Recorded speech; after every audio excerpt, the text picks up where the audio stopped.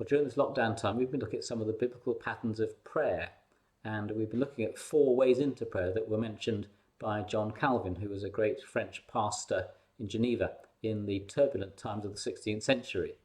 And we looked at the first 2 in recent podcasts like this one. We looked at the theme of reverence, approaching God as our Father in heaven.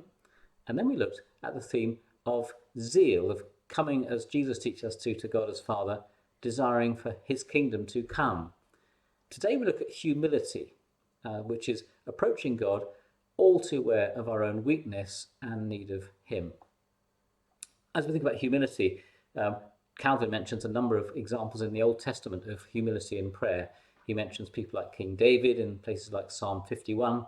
He mentions the prophet Isaiah and Jeremiah, again from hundreds of years before Christ, approaching God, confessing the sins of God's people. We could also, from the New Testament, mention Mary, the mother of Jesus, and her prayer, or the apostles, John or Paul.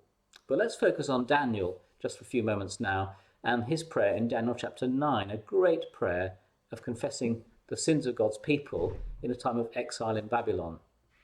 And 3 things to mention quickly from his prayer. Humble prayer in Daniel 9 is God-centered. C.S. Lewis famously said that humility is not so much having a low opinion of myself, but a right opinion and a high opinion of God. And that's what Daniel does here in verse 4. He says, Lord, the great and awesome God who keeps his covenant of love with those who love him. See that there? Being humble about our sinfulness doesn't mean we can't approach God with confidence because of how great he is. He's great and awesome and mercifully keeps his covenant with us. Humble prayer is also deep. Daniel mentions the sin of God's people and uses pretty much every description he could to describe it, every word in the Hebrew vocabulary. If you look at verses 5 and 6, he says, we have sinned and done wrong. We have been wicked and rebelled. We've turned away from your covenant and laws, and we have not listened to your prophets, the servants of yours, when they brought your word, not just to us, to our kings, but to ancestors before us. He is deep in confessing sin, specific and thorough, because God can only hear the humble prayers of those who ask him for pardon. Then thirdly, lastly, humble prayer is also wide. It's God-centered, it's deep, and it's wide.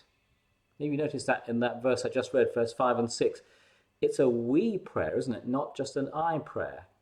He includes not just himself, but all of God's people in exile in Babylon, but also everywhere, and even in the generations before his time. When I pray humbly, I recognize before God my own particular sins, but also the general, universal sins of all of God's people collectively. Humility is about recognizing the deep failings of Christ's people, his covenant people today, and going back into the past. For example, not only have I sometimes refused to accept God's word myself when I don't like it, but haven't the church done that consistently over many generations too? Or I've struggled with not just taking on board for myself the greed and self-centeredness of our culture.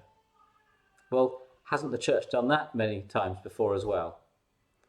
And haven't I sometimes maybe treated someone unfairly because of their skin colour? That's very topical at the moment, isn't it? I know that I've not always thought in a godly way about those things. Hasn't the church done the same thing for generations too? So that's humble prayer. Approaching God in a way that's God-centered and confesses sins in a way that's deep and wide. That's the kind of prayer that seeks God's restoration of his people that God hears. That's humility.